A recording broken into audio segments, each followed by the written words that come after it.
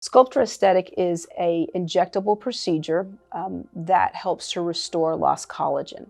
It's not the same as traditional fillers because it is what we call a collagen stimulator. So it's injectable, it's injected underneath the surface of the skin, but the way that Sculptra works is a little bit different. Sculptra works by creating a collagen response, and over time your body will rebuild its collagen scaffold, which will create lifting, volume, and correction of wrinkles. It takes 2 to 3 injection sessions to reach the final result.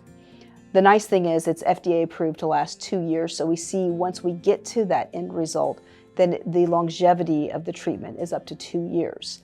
In this diagram, this is a kind of a mature collagen scaffold. You can see the lattice or the network that helps to support and lift the tissue is robust.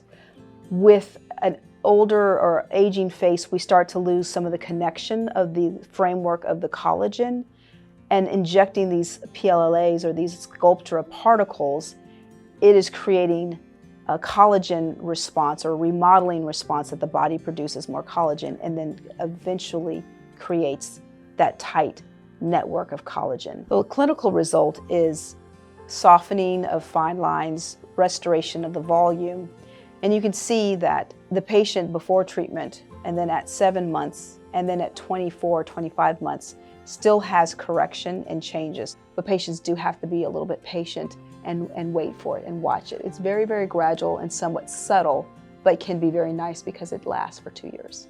As we get older, our inflammatory response and our immune responses diminish with time. And so a younger person, a healthy person, say somebody in their 30s, may have a much more dramatic response to the Sculptra treatment. It also may mean that older patients may need more frequent treatments to stimulate that immune system that maybe is not as revved up as a 30 or 40-year-olds.